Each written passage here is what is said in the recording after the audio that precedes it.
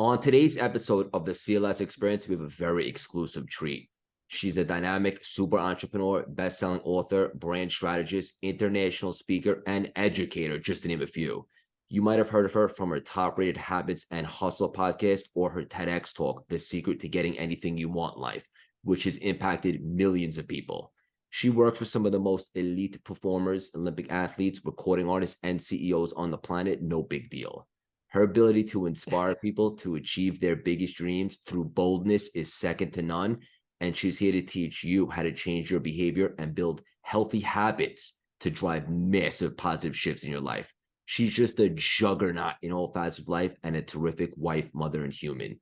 Please welcome the authentic, strong, resilient, wise, and bold, the beautiful Jennifer Cohen. How you doing, Jen? Wow, that's an amazing intro. I want to come on your show more often, Craig, if that's the kind of intro I get, okay? I I'm did just good letting by you you. know. You You did feeling really good elevated? by yeah. You took my actual bio and just like oomphed it up just another 50%. So thank you. My pleasure. I'll be honest with you. The podcast is probably 2 years old now. We've had on a lot of our mutual friends. They're probably the longest I've talked before we hit record, and we probably could have gone 3 hours. But at some point, we're like, we should probably save this juicy stuff for the show. But so much alignment right out the gate for my audience, for about 4 million now. In case you're not familiar, my biggest suggestion is do a deep dive. Check out her content, her books, her website, her TEDx talk, all the things. Play catch up. What I think is most valuable today is we just have an unbelievable conversation. Before we dive in, we're going to get a little weird. You ready for me, Jen? I'm ready for you. Let's do it. Let's get What? weird. Let's do it. What is your superpower? Oh my God. My superpower is, by the way, you see I'm wearing a Wonder Woman necklace because I that do. kind of gives me the extra oomph of superpowerness. I think my superpower is I am bold. I'm not afraid to ask for what I want. I'm not afraid to go after what I want. And I have my superpowers. I really kind of am shameless. I have no I have no problem just putting myself out there and failing and losing. And I think that really is a superpower of mine.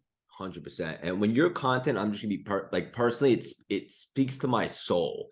I love all the stuff that you talked about, and you just nailed a couple right out the gate. Let me ask you just straight off the cuff: would you rather be really, really smart or really, really bold? That's a great listen. That is my content right there because I believe that I would rather be really bold than really smart because I think it's bold. I think boldness is the secret sauce to success and to happiness more than anything than being really smart. You need to be smart enough, okay? You need to be smart enough, but you don't have to be a total intellect, not to achieve. And I think that's a real big misconception that most people have that it's the prettiest, it's the smartest, it's the most talented that win. And the hard truth is it's actually not. It's the people that actually just act and do and try. And so for that reason, I'd rather be mediocre, but really but very tenacious and bold versus just super smart. You really are awesome, right? Because as I always like to say, like, you can't lose what you don't have, and a closed mouth doesn't get fed.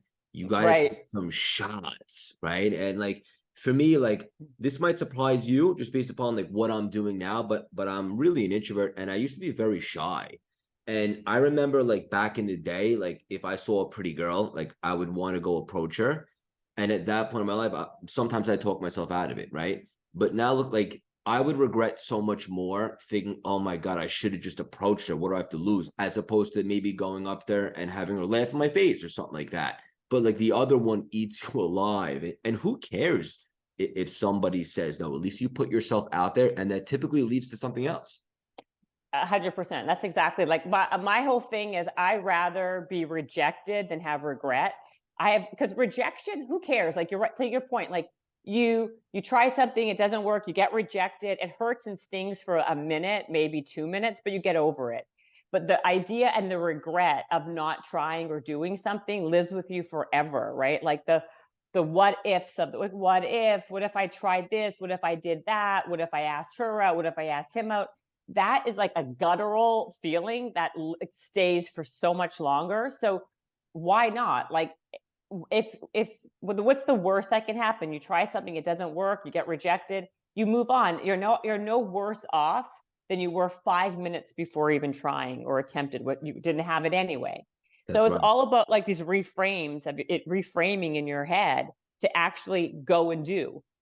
Yeah, this is so good. And also, like I was telling you, give you a little bit of context on my background before we started, because it's the first time we connected.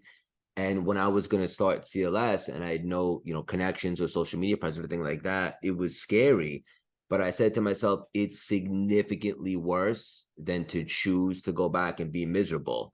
And so taking this shot, even if because there's no guarantees, I thought it would work because I'm resourceful enough and I actually love this stuff I figured out. But if God forbid it didn't work, at least I gave it a shot and I can actually live with that and hold my head high. I would not be able to live with the fact that I finally had clarity and then didn't even take a swing. Oh my God. Yeah. Like one of the worst fears I think I have is not living up to my potential Oof. or living up to what what could have been. The would have, could have, you know, to me is so, there's to me that it's such a hard hit. Like I would rather do and try, and then I'll have the feeling of okay. Like it doesn't matter. To be honest with you, to actually getting to the goal is actually not important. It's what's important is truly the process, because you learn, not only do you learn so much, but that's how you really build your confidence. Because if you are not, if you're not being true to yourself or authentic to yourself, that is how people's self-esteem really gets like chipped away at over and over and over again. This is too good. The only negative I got going on is we don't have 10 hours to chat, but I have a feeling it's just the beginning of the friendship. But I couldn't agree more. It took me a little bit later to figure what you just set out.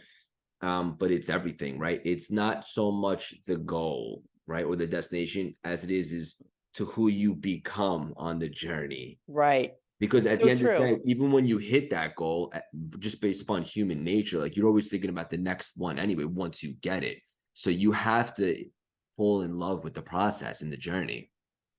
Or like even if you don't fall in love with it, you have to be able to like do it and know that even on that it could be a rocky road or it could be a rocky path, things will come from it that you never even knew existed. Other opportunities will come.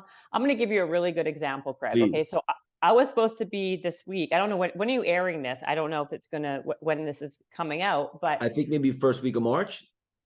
okay, well, perfect. So I was supposed to do my podcast at the Super Bowl this year, and it was like I was super excited, and like it was really like a race to see like who I can book. I had a very finite period of time to get that stuff situated, right? I was doing a collaboration with a big hotel, and it was like a whole thing, and it was really hard. It was like what it was. I was coming against one brick wall after another after another. I couldn't confirm people properly. It was a total shit show. And so, it really was. And then eventually, like I was making more than my 10 attempts, which I had this whole thing about a 10% target, which we'll talk about. And eventually, I didn't go. But even though I never got to that goal, through that process, I met people that because I knew I was planning on going to it, I was contacting these people about who was going to be at the Super Bowl, who can I connect with, all these other things. I met a whole slew of other people that opened up all these other doors of potential opportunity that are now leading me down a whole other road to going to Nashville, of all places, to do a whole litany of Nashville music stars for my podcast that I would never even gotten if it wasn't for me going down this Super Bowl route, right? So I never got to the destination, but what I got from the process were all these other relationships, all these other opportunities that if I didn't even do it, what would have happened? So people have to learn not to count themselves out because of a failure or because of a missed opportunity that way, right? Because if you do all the right steps and you go down the road and you put the work in and you do all these things will work out and the dots connect in ways that you don't even know how the dots connect. But you have to be open-minded and go through the process to even figure it out. That's it. You got to be available, right? And then the chessboard of life begins to move pieces around. Yeah. And Is it's it? true though. It's true, right? Like it's not, these are not just cliches, but it's true. It's like you don't know when something doesn't work out and it fails, how that really helps your life two chapters down the road. But you have but it eventually finds its way to connecting. But you have to be okay with that anyway, without the knowing of how it helped. Like a lot of times, if things to get to B, something in A had to fail, right? And so you can't look at every failure as like the biggest demise of your life. It could have been the biggest opportunity that you haven't seen yet. Yeah, and I can imagine the audience listening right now is like easier said than done. So something that this is tangible for the audience to grab. Something that I've cultivated recently is whenever something doesn't work out, just know that you're being protected and propelled to something greater, and then you can kind of stay vibrationally available. Right. And prepared for whatever that is. Yeah. This is so good. So many places we could take this conversation. I wanted to ask you, your TEDx talk is monstrous. It's huge, made such an impact. Is it true that originally they wanted you to do something about fitness and then you kind of Yeah. went what totally bold, no pun intended, and talked about that? Yes. So initially what happened was I had my whole process was a little funny because people normally have to apply and they do all these things to get on a TED Talk, whatever. And my biggest fear in life, by the way, I should tell you, Craig, is public speaking. I really disdained it, hated it. Like it was to me like the scariest thing in the world. I'm So not when surprised. I just found out that it's the number one fear in America. No, it's people rather die than actually speak in public. It's actually it's crazy. And so I turned it down originally when they asked me, right? And so then I like thought to myself this whole rejection regret whole thing. So I'm like, what am I doing? Like I have to live authentic. I have to be true. Like let me walk through my fear, not not just let that take hold of my life. And when they said to when I called them back and they're like, well, what do you want to talk about? I said, I want to talk about being bold because without being bold, nothing else will follow, right? Like you can't be successful in fitness because I had a big fitness career. You can't be successful in any of these things unless this first thing happens, which is making the attempt, going after something, taking action, and like living it up to it. So I want to teach people this idea even though they were calling me initially for like the fitness or the health or the whatever else.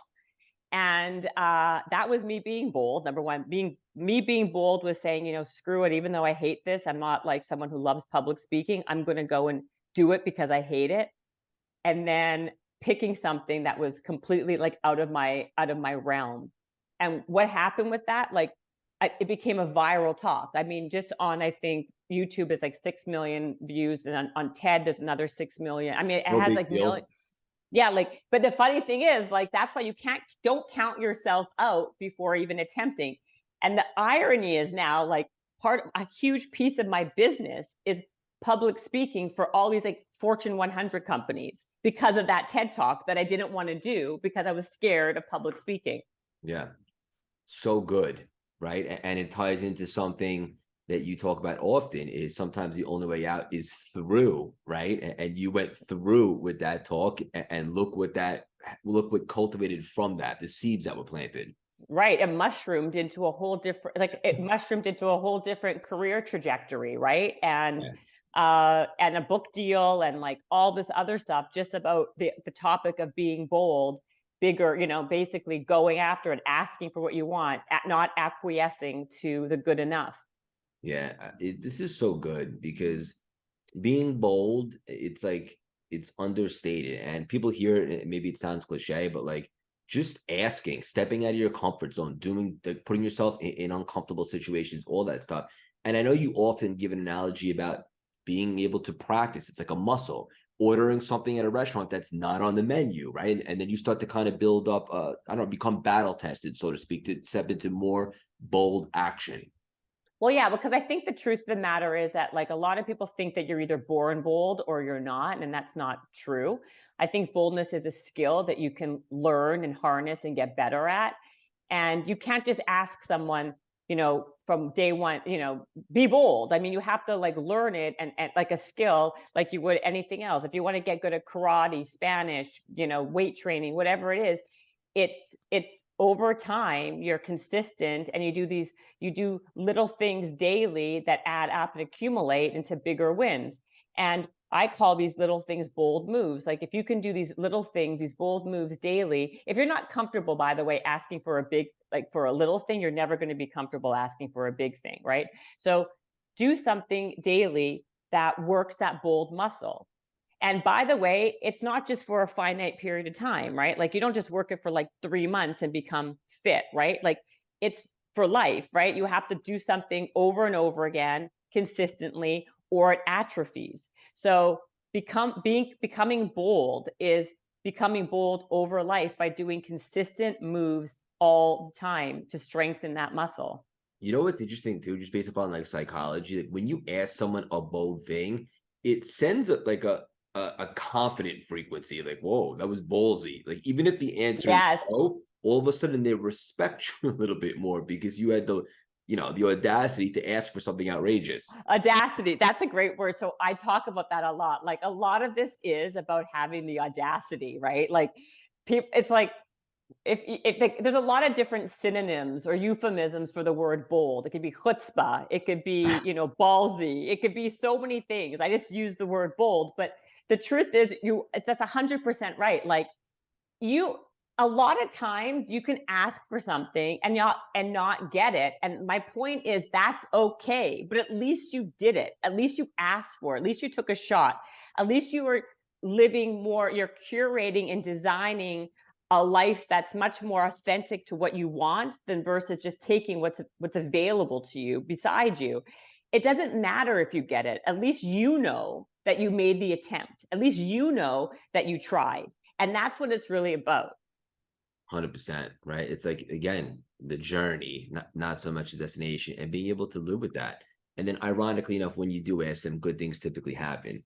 There's so A many. lot of times it does, and like you said, and like people like people. There's a few people who are assholes or be like whatever. Like she's Sure. too, she's pushy. She's this. Who Yeah. cares? That's not your people. Then most people Yes. respect people who stand up for what they want and ask. Like they're like, okay, like what they ask. They like she.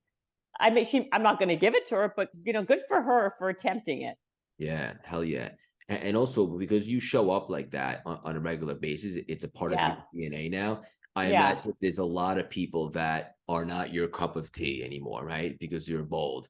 How do you handle those type of cats? Who I'm not their cup of tea. Yeah. Yeah, I don't care. I mean, this is people ask me that a lot. And, I think that if you're trying to be everything to everybody, you're nobody to no one. I don't try to appease and please other people. That's not my world. That's not what I try to do. What I really think what happens is people gravitate to people that they are similar to. So the right people appreciate you and then you end up building a proper tribe from it. I don't focus on the people who don't like me. I mean, I don't care. It doesn't to me, it doesn't serve me. Like what do I care? I mean, Yeah. people are so get so hung up on and stuck and mired in what other people think of them. Most people don't give a shit about you, by the way. Let me just say that right Bro. off the cuff. Like people are too busy and mired in their own life and looking at themselves that they're not paying attention to you. That's the first thing. Secondly, if Facts. they're so right, and so Yeah. if they're so off put by me being ballsy and bold, well, so be it. Then they're not for me anyway. And so I'm not going to let how I live my life and how I structure the way I behave based on people who are judging me on on things that like kind of are their way. Like they're doing it because of personal experiences and what they've experienced in their life. It has nothing to do with me. And people cannot live based on what other people think of them. It's a very lonely and sad place when that 100%. happens. And also the people that go the opposite direction, it's actually like, thank God, like it's becoming an authentic filter, right? Because the more bold you are, more people will actually get away. Absolutely. That's good. But also, I know you talk about self-doubt a lot and being aware, first and foremost, to identify what it is. I think most people suffer from self-doubt of what other people might think. And as a Right. result, it stops them from being bold. 100%. I think self-doubt is like the biggest. I think first of all, we all are our own worst enemies at the end of the day, right? The stop is in the start from ourselves because of our own self-doubt, or because, and we get a lot of that from like other people. Like we are looking outside of ourselves for validation, which is what this is all about. Like that, we're not as good as that person. That person is better than us, or that person's going to think that of me, or we kind of make our decisions based about lots of stuff that doesn't even involve us, and then we tend to then take that in and then feel that we're not good enough, that we're not talented enough, and then we don't even act, which is kind of why we then live a life that's really kind of not authentic and not true to who we really want to be, and we just end up acquiescing to the good enough life versus being deliberate and cultivating a more of a life that you want. So the only way to get out of our own way is, even if you do have self-doubt, act anyway, do it anyway. Even when you don't want to, go through it, do it. Because it's in that motion that something in motion stays in motion. It's very easy to overthink stuff and then have this analysis paralysis. But if we can kind of figure out a way where even when we start doing that, stop ourselves in that track and still move, that's like that's the best way to kind of to get on path. Yeah. Could you be on any more fire? And I think the word that you're thinking of is then you cultivate momentum, right? The wheels. Momentum. Well, Yes. it's all, life is about momentum. I talk about this so much about this. Life is momentum. Something in motion stays in motion. Something stagnant stays stagnant. Mhm. So, like even with exercise or working out, right? Like if we can just say to ourselves, you know what, we'll do it for 5 minutes, 5 minutes. So it doesn't seem so daunting or overwhelming. Once you start, the 5 minutes usually turns into 30 minutes or 20 minutes or whatever that really is, right? But it's so much of this like overthinking of not even doing it. And we can think of all the reasons why we can't and all the reasons why we shouldn't, versus just acting and doing it. It usually turns out it's never as bad as we think it's going to be. Yeah. Right? Like ideas in our head, like we can like make something up to be so horrible and horrific, but in real life, it's never as bad. 100%. And something, there's usually a lot of growth that comes after it, right? And a good way to trick your ego that's trying to tell you don't work out, you're tired, or whatever the case may be. You say, all right, I'll do it Too for busy, you're too busy, you're too yeah, busy, or like, yeah, right. don't have time. Just tell the voice, I'm just gonna do it for 2 minutes. And then you start, and next thing you know, it's an hour later, endorphins are flowing, you're on fire. Right. I think that people like, it's also like it's very easy when you're not in movement or motion to stay that way, right? But like for me, I don't know about you, but like once I end up, if I don't work out, let's say for the day, it ruins the entire rest of my day if I don't do it first thing in the morning, right? And Like I don't have as much energy. I'm more lethargic. non-negotiable. It's a non-negotiable for me. But if I actually worked out, energy begets energy, right? People think, oh, I don't have the energy to do it. But doing something like that gives you more energy for Right. all these other things that you want to do during the day. 100%. And just off the cuff, what is your fitness routine these days? Oh, Where do I begin? uh, Right? I don't know. Actually, I've been doing this. I'm actually in a little bit of a fitness rut right now. I'm trying to get myself out of it, which is I do a lot of running and I do a lot of weights, and I'm trying to mix it up a little bit with other things. Try But those are something my new. Yeah, I am. But those are my go-tos. Like to me, I don't meditate. Meditation is not really my thing. My form Hey, of really. yeah. Running is And a moving meditation for me. Is but that what you might say? yeah, I was gonna say like when I run, that's my meditation because I Same. get my best ideas Best. from that. The best ideas come from when I'm running, and I get my best kind of like my brain really starts to activate with that movement. Me sitting here and thinking and meditating in that place, all it does is give me anxiety. It Yeah. doesn't do anything besides that. I think that there's like a big fallacy that people feel like if they're not meditating in that specific way, that there's something wrong with them, because there's so much hashtags and it's such a trend to be Yeah. meditating that they give themselves a hard time. But there's different forms. You can, like I said, you and me, we love running. That's our form of meditation. Yeah. right? It gives us clarity and gives us that like it lets us like get out of our own bodies and think or whatever it is. Yeah. So I It's for love me, running. it's so interesting because for me, it's like a portal to expansion when I'm running all the ideas. So a lot of times, like I'll run, I'll be listening to something, I'll have to stop and take some notes and go back at it. But I know how critical it is to be mindful, right? Because then you block out all the interference. It's just me and you right now. I don't care about anything 10 minutes ago, 10 minutes from now, whatever the case may be. You would think it would be so easy for us to meditate, so to speak, and just sit there, but not so much. But whatever works, right? The running, as long as we get the results. 100% whatever works for I think Yeah. everybody's very individual and it's so true. I think whatever works and not to be hard on yourself because it works for just because it works for one person doesn't mean it's going to work for somebody else. Yeah. And I found what I like to be what works for me and I just Mhm. kind of go with it. Also, I'm not a yoga person. Like those things just are Same. not they don't work for me, you know. What do Same. you do? What's your workout regimen? So I'm glad you asked. So running, I run like 5 days a week. I ran 6 marathons. I'm not training for anything right now because I just need a little bit of a break. I still run, just not 26.2 miles.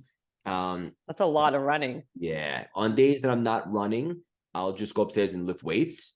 But what I just started doing 2 weeks ago is for the first time in my life, I started boxing. I signed up for a Love little it. promo. I did a three session thing. I loved it. Today I went again and I just signed up for a package. And I gotta tell you, Jen, it's not so much the boxing, although it's awesome. I was surprised how like technical and precision it is, but it's doing something new and it's exciting and I want to get better and I love being a beginner again. So I was thinking about that. I just did that. And I know, you're the fitness expert. So, but I thought that's why I suggested you maybe try something totally different and new just to get the juices going again. Oh yeah, I mean, I've done that. Like, I love boxing. By the way, that's one of my Really? favorite things to do. Yeah, and I love the fact that it's very much because you got to think. Like, when you do Yes. your 1-2 punches, your jabs, your hooks, your this, your that, Yes. you got to be like thinking. I So it's really really good for that for your brain as well. 100%. And it's super important to be doing new things like that, so you're not just like kind of calling it in Yeah. constantly as on autopilot. Like for me, why I was saying I was in this rut is because like I've been so busy with the book and with the podcast and with all these things I'm working on that it's my go-to. It's like an easy thing, and I'd rather do that than nothing. And I will not allow myself to do nothing. And I know running gets my endorphins, Yeah. but it's very important to integrate things like that. The boxing is amazing. I love that you just started that. That's really good. The other thing that I've been trying to do, and I'm not great at it because I'm not great at it, I don't like it. I don't like it, right? People Yeah. always gravitate to things that they're better at versus not, right? But I've been trying to do Pilates Ooh, more too, just good for because it's you. really, yeah, just because it's more for your core. It's because I'm trying to do things that I'm not so great at and that like I can work the yin to my yang. Believe me, if I get one class in every 2 weeks, I'm thrilled. But but yes, but boxing, anything like that super like hard like that, I love. It's challenging and it's funny because I thought because I run marathons, I'd at least have the cardio down. It's Yeah, totally different animal. totally different. I know. I know. It's Yeah. amazing. Do you do it with one guy? I mean, is it a class? Is it like No, what so kind of I wanted to do private sessions so I can get some Mhm. juice and some fundamentals down and then maybe Yeah. hop into a class. But now I'm just loving the session. Today was the craziest one. I'm dying at the end. But to answer your question, so far I've just done private sessions, but I'd like to try a couple classes. Yeah. I like the private ones because you get the technical. Because if you Right. start learning the wrong way, then you're doing everything the wrong way. Yeah. Hell yeah. Yeah. You mentioned the book just now, Bigger, Better, Bolder. Is that right? Yes. Why that book and why now? Because why this book and why now? Well, the book took me 2 years to write. So why Oh, now is because why not now? I mean, what am I hell yeah. waiting for, right? Like what when should I did the TED Talk and like when should I do it? In 2075? I mean, the idea is that's why now. It's basically your question should be what took so long, not why now. But that's another thing. Well, I also think it's important that I think that I did this TED Talk. It really resonated. People were asking me for more stuff. So I basically created the book is really like my TED Talk on steroids. Like it's like 4.0. And I give people a workbook, and I give them these principles that they can work so they can become more bold. And why now is because I get a lot of questions about it because of the talk. And I feel like it is the first step to anything, right? If you can learn how to be bold, you can become anything you want. So my whole thing is I will help teach you how to have the courage tomorrow to ask for something that you didn't have the courage yesterday to do, right? So who wants to wait to live the life that they want? Who wants to wait to ask for what they want? Who wants to wait? So that's why now, because why wait? Yes, hell yes. And for the audience listening, I just want to reiterate because I have contrast. Essentially, I spent 35 years trying to find myself. I was definitely a people pleaser. And when I finally took radical, bold action and stepped into what I love and how I think I contribute, the irony is I didn't even do this stuff for the money, but unapologetically, I'm making more money now than I made on Wall Street. Why? Because it's an energetic exchange, right? It's just a byproduct. So there's nothing but benefits that come from intentionally being super bold and putting yourself out there. And it gets a little less tough every time you do it if you stay consistent with it. Well, look at you. Exactly. Look at you. You kind of just you're like a prime example. You're like, you know what? I'm going to start a podcast. And you started it and you like went down a whole different like trajectory. And I bet, like you said, all the different all the different like things that you're doing now that propelled from that, because you went down and did something because you wanted to and you didn't overthink it, has turned into a whole different life for yourself. Literally, I have two lives. One, I think, is like before CLS and the pandemic, and then one's after. And like Yeah. I was telling you, it wasn't just the career, right? I got engaged, everything. I just became such a better human being. And just to be clear, I'm working on myself every single day, but I'm just authentic. Like, this is me, straight up. Like my cards on the table. Something that you talk about a lot is I'm extra vulnerable these days, and ironically enough, and I have a feeling you can relate to this, is the more vulnerable you are, the more the right people connect with you. They can relate to you. But this all started because I had about 20 seconds of courage in the beginning of the pandemic. And I just said, why not me? Why not now? If not now, then when? And then you don't have to worry so much about the how, right? You just take some sort of inspired action. And I believe clarity follows action once you get the stuff going. 100%. And you just said something else. Like, I think that we don't need to, I think when we have too much information, it's actually a curse. I, Yes. I think that I talk about this in the book is that naivety is a strength. The less you know, the better, because that's when you actually really disrupt and figure out ways to do things differently when you don't know. And when you have too much information, you think of how other people did it or what can happen and what can go wrong and this versus a clean slate of no information or unknown. You jump right in and you figure shit out as you go. That's the best way to do it. It's so funny that you just said that. You just helped me have a breakthrough because when I stepped into this, like I knew Tony Robbins, I knew Ed Milet and some other people, but I didn't really know a lot of the thought leaders in the space. And when I talked to some of my community and so forth, and they're shocked that I didn't know half these people that are now my friends and have been on the show and so forth. And I think based upon what you just articulated, it makes perfect sense. That's one of the reasons why I've been able to be so bold, because I didn't overthink what are they going to think or how do I approach this person. Just went in there and stayed clear on the mission. 100%. Like, I think that the naivety is one of the biggest superpowers that you can build or have, right? That you don't Yeah. even know. It's like an unknown superpower that we all have on things that we don't know about, which then leads us to the biggest opportunities and the biggest successes in our life, right? Like, you don't know what you don't know. And so it gives you can be much more audacious about it. Do you think that's like ignorance is bliss or not quite? Ignorance is bliss is a little, it's like a sister. Ignorance and naivety Mister.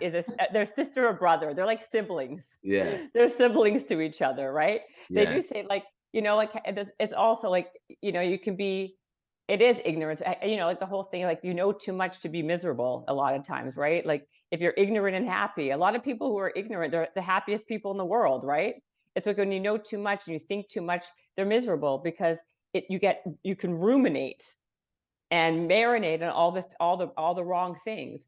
So I think they're sisters. I think that Ignorance is much more, it's like a more of a negative connotation. Naivete is more like, I don't know, I may learn it. Like it's more of an open-ended, like I will Agreed. maybe know, you know what I mean? I Yeah. don't know it right now, but I'm still, I'm still, as it stands in this moment, I'm open to not very much and I want to kind of figure it out. Yeah. I want to acknowledge you for saying you have a pretty impressive vocabulary. Thank A few you. words so far on this show. Very impressive. Thank Naivety. I like you. that one. Never even heard that before. Great You one. haven't? Okay, thank you. Yes. Well, Yeah. I'm not, I may not be a super intellect like we talked about, but I'm not too, I still have some brain power up here, let Course me you tell do. you. And those words, the way you land them, it's very effective. And for the listeners, it makes the content that we're speaking about very digestible. So kudos to you. Thank you. I appreciate that. I wanted to also acknowledge you about this. I was checking out your content as I suggest the entire audience do immediately. And you were talking about this, and this was really deep.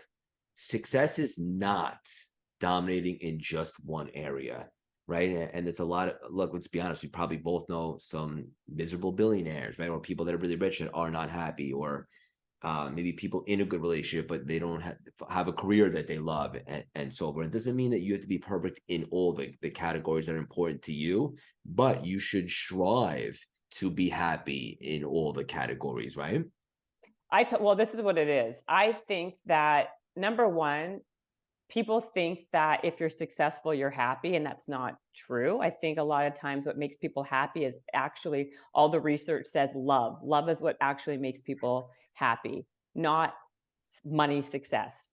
There's all this research backing. If you make around like I think it was like 70,000, something that was like a nice amount of money, the amount of happiness between making 80,000 a year and 80 million a year is so nominal, if not at all, number one. Really? So yeah, so when you strive for just money as your success factor, you're it's all wrong. That's the first thing. The second thing I was going to say And is, I can confirm that because that was me a little while ago. right, well then, I mean, I know a lot of people who are very rich and miserable. What I was going to say is my entire reason for writing this book was to give people a blueprint of having a rich life. And for me, what a rich life really means, besides money and success, that's one sliver of a pie.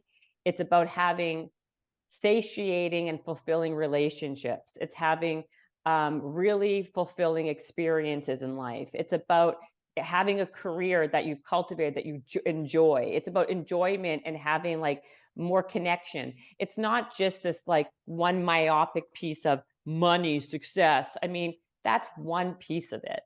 But the idea is to be able to like look at success uh, like holistically in every area of your life. And a lot of times we can dominate in success in one area and then we lack it in everywhere else, which leads us to be miserable So versus, right? mm, So that's the idea, is like to really be much more focused on the whole picture of a full rich life versus one segment that doesn't get you anywhere, but usually unhappy. yeah, it's so true. And people often think that once they get the things that they'll be happy, right, or successful. But if you can activate the state of joy now and try to find happiness in this stuff and what you're doing and so forth, ironically enough, when you get into that vibe, you end up attracting most of the things that you thought you wanted to feel lit. Totally true. But Yeah. we tend to focus on the wrong things. What we need and what we want are usually very different distinctions. And I think that once we know that we're making our wants our needs, and that's why we're really kind of lacking. It really kind of changes the playing field. Yeah. We should definitely at least say this before we land the plane. One of the coolest reframes that you talk about, and you do such a good job with reframing things, is your relationship with failure. And the way you describe it, I think it's so productive for everybody listening. Can you illustrate that? The way I look at failure is, first of all, I tell people that, the way I see it is failure is just an attempt. I don't look at it as the word failing. I think of it as an attempt, my first attempt, my second attempt, my third attempt. And I put out a framework that's called this 10% target. And what I was kind of referring to it earlier was that I, if you want to get better and bolder at whatever it is you want, if you want to learn how to be bold, try this. Pick one thing that you want, one thing, one goal, and then make 10 attempts at it. Now, you probably or may or not get that goal, but two things will either happen. Either you get the goal, or you won't get the goal, but another opportunity will present itself by even going down that path. But what the other thing it does, it teaches and helps you get comfortable with failure, because the more you do something and the more you try something, you become desensitized to that feeling. So the more you fail, you become immune to the feeling of failure if you're doing it all the time. So I say all the time that I have a master's in failing, but I have a PhD in getting myself right back up and trying again, because I've become so immune to the feeling of what failure is that it doesn't stop me from attempting and going after something. That line And is so good. Can you just run that back real quick? sure, which one? Oh, that I have a master's in failing, but I have a PhD in getting myself back up. So good. Thank you. Thank you. Yeah. It's And true. that, It's actually true. because that little mantra, or whatever you want to call it, is relatable to anybody. And I think I use myself as a guinea pig with all of this, right? Like all these things I'm talking about are tried and true on me. Like when people are like, well, how did you get this? Or how did you get that? Or how did this happen? I'm like, I'm not special, right? Like I'm not extraordinary in any way, except for the fact that I actually just went after it, asked for it, did it, moved it. Like I didn't stop myself because I failed. It didn't stop me from trying again. And it can happen. You can do the same thing by just doing X, Y, Z. And like I said, the more you try something, you become so desensitized that, like, if I failed, I just got myself back up. I'm telling you, I'm going to now go for my doctorate because I'm so good at it. Right. Of course you are. Right. Of course I am. Right. There's so much alignment here. It's so special. And I think you're the same way. Like you fear more wondering what if I went for it, or not leaving the legacy that you could have, or not fulfilling your potential. That Yeah. far outweighs the fear of possibly looking silly or taking some messy action. Yeah. Like I said, at the end of the day, you're going to get over whatever that rejection is, or not doing it. Like, or doing it and like losing, it's like irrelevant in the big picture. What's much more relevant is the feeling of letting yourself down, the potential that you didn't maximize on, the attempting that you didn't try for. Like so many people are walking around life and the world with so much potential and so much ability to do so much more than what they're doing, and not tapping into it because of fear, because of self-doubt, because they don't think they can for whatever reason. And, if people can actually just reframe that and just try by doing something small to show themselves that they can, it would be amazing to see the difference in what happens. Like, I think so much more happiness, confidence, self-esteem happens when you at least put yourself out there for what you want versus not. But I mean, that's the thing. Then we become miserable and we live this life that's like not even our own life. We're like, if you don't make the decision for yourself, if you don't make that decision for yourself, it will be assigned to you. If you don't pick your career, it will be assigned to you. If you don't pick what you do day to day, it will be assigned to you. So why would you give that up? Why don't you put the onus on yourself to create whatever that world is that you want, versus just leaving it up to, like, the wind to make up decisions. Yeah, and a quote that always stuck out to me, and just to be clear, like not everybody has to be an entrepreneur, but No, not at all. Not at all. there was a quote that always penetrated my soul. It was like, build your own empire, or someone else will hire you to build theirs. Yeah, it's Yeah. great. That's a great one. That's a great one. You talk a lot about building the habits or the skills to get what you want in life. I imagine that's what you're referring to right now. Yeah, well, I think it's really important to build a structure for yourself to win and to succeed, right? Yeah. And have parameters that you can work within for that to happen, right? To be the most productive, to be the most efficient, We all like, what happens? We have life to deal with. I mean, you're not where I am. I have kids, I have a husband, I have other responsibilities. So if I want to succeed in other areas besides what my day-to-day responsibilities are, I got to create like routines and habits to keep me on point. And I think that's most people. That's like life and reality, right? I don't think it's realistic. A lot of these people come on these podcasts and like build a morning routine that I cold plunge, I this, I that. Their morning routines 4.5 hours long, right? Which is not realistic, right? And then it leaves you no time. Like, don't people have life and a responsibility. So I say, have these things, have a few things that are non-negotiables that put you in a place to win. One of them for me is working out because it not only for your physicality, for me, that's not what I'm doing it for. It's because to me, the non-negotiable there is because it basically like turns on my brain. It Same. makes me super, right? Like it gives me my brain power ignites that way. I get way more efficient. I get my best ideas. I have more energy, my endorphins. It puts me in a place of efficiency and winning. So that to me is a non-negotiable. Also, the kind of clothes I don't focus on like what I'm wearing in the morning. I wear the same gym clothes every day because to me it's not important and it's not going to move my needle. So do these little things that gives you as much time to be as efficient and productive as possible to win. So to me, having habits are very, very important and creating an environment around you where you can win. So don't put yourself in places in an environment that will deter you from going after the life that you want, right? Like I love food. So I know that if I go in front of a buffet, it's going to be a bad situation. So then I will not allow myself, I will make sure that I don't put myself in that environment, right? Like, so I'm saying know thyself, know where your weaknesses are and where your triggers are and work around that. But you have to have some level of self-awareness and reflectiveness to kind of build around that so you can be successful. Yeah, and you won't always be motivated, right? But you can revert back to your standards or your habits or your rituals per se. Discipline. It's like motivation is a stupid thing to be relying on. Motivation wanes, willpower and motivation are two things that you have for a finite period of time and it wanes, and that's normal. So don't rely on willpower or motivation to get you to the finish line. You got to have other things to get you to the finish line. Self-discipline is one of those things. And the Yeah, way to build self-discipline is to be doing these things so often that it becomes your new normal. that's right. Yeah, this is so good. Selvish, I have to ask you this one final nugget, short answer. How important is it to have just even a glimmer of hope? I think hope is if you don't have hope, you have nothing.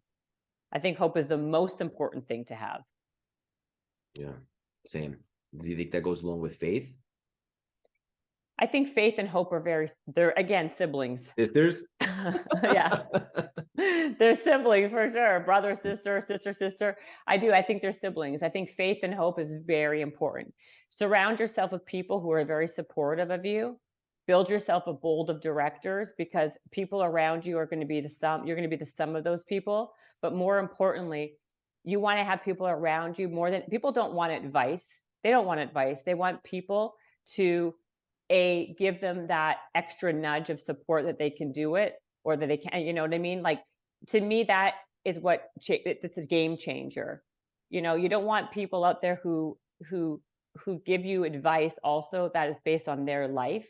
You want people who are like-minded, who want you to win, who are really good people that you can bounce stuff off of and you guys can help climb together.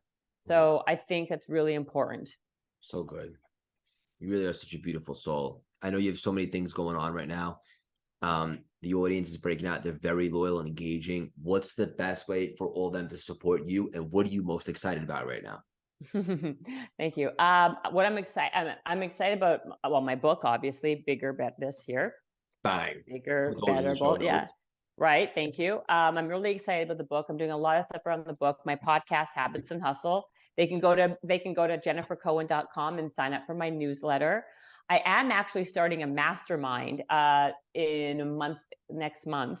And so I'm doing a bunch of stuff around that, which would be really exciting. I'm doing a whole a whole program around that. That's exciting. And they can follow me at The Real Jen Cohen and get all the information at jennifercohen.com. Awesome. And this just came to me. Let's just do a little bit of a giveaway for everybody that listens. The number one best takeaway. Send me a message. And Jen, I'll send a signed copy of her book to only one, the best one. I'll do 5. 5? Yeah. Done. Now that's a bold move. That's a bold move. Like 1. I mean, who are you talking to? 1's nothing. That's for awesome. that's for an amateur, Craig. Come on. You really are amazing. Hang up for 1 second. I want to connect with you after. Jen, Yeah. I want you to know you're the definition of perspective, authenticity, and boldness. From taking Thank life you. experience to spreading positivity, light, and deep truths. I could Love it. personally guarantee your best is yet to come. Keep on spreading your wings and leaving your mark on this world. So much love and respect for you. Thank you so much for stopping by and dropping these priceless, juicy nuggets today. Thank you, Craig, for having me. That was too good. Thank you for having me. This was fun. Have like a dopamine hit. I genuinely love that conversation. A lot of Thank alignment. you. Yeah. Thank you so much. I appreciate it. Do you have a mastermind, did you say? I think you said that to me in your beginning intro. Yeah. Yep. You do? Yeah. How long is it and how many people are in it? So we just had a live event this weekend and I started a mastermind after that. That one's gonna be a little bit shorter, but I also have a membership, which is a huge community. There's 500 people in there right now. It's growing rapidly. We meet every Wednesday or 3 Wednesdays a month. And we have speakers in that one. So just off the cuff, I'd love to have you in there at some point, and it'll be good because Sure. they're kind of crazy in the best way. Like they'll all love you, buy your book, and so forth. Good. So then you put me in that master. Let's do it soon so I can sell this book because this book is new. Okay, done. What kind of a live event did you say you do? Like what I what just is threw my it? own. We had 2 great guest speakers. You might even know them, Jen Gottlieb and Heather Monahan, just in New York City this weekend. Had 50 people there. It was my Do they first live there? Do they both live? No, where do they live? Jen lives in New York. Heather lives in Florida. Oh, Heather lives in Florida. Right. Okay. Yeah, but it's great. But I'd love to talk about the next one and so forth. How else can I support you? Well, no, I'm just curious about, yeah, I mean, post about my book for sure. Fun. Anything that's still like right now, my book is like the number one priority. And then I was curious about the live event just so I understood. I'm trying to learn all these things now with this Yeah. stuff. But so what happens at the live event? You just have speakers come and talk to your So audience or so like how to? basically it was like almost like a live workshop mastermind, 4 hours. We had 2 speakers and then I keynoted and finished it. Just great conversations, little Q&A, everyone getting together, meeting great people. Then I rented out a restaurant and we had everyone at dinner. And people pay to come and so forth. And it's just an unbelievable day. I love that. That's cool. And how many people come? So for this particular one, it's only my first one. So kind of figuring things out and testing it. The venue for dinner can only fit 40 people and 50 came. So That's great though. That's amazing. Awesome start. The next one is going to be huge. Probably time it with my book launch. So we handed in the manuscript with Wiley. So What's now it called? It's called the Reinvention Formula. Oh, I love it. Yeah. Now I'm getting ready to do that whole process. You'd be a good to pick your brain about that stuff. Yeah, it's such a process. It's like unbelievable. It's a lot of work. Yeah. What kind of guests do you typically have on your show?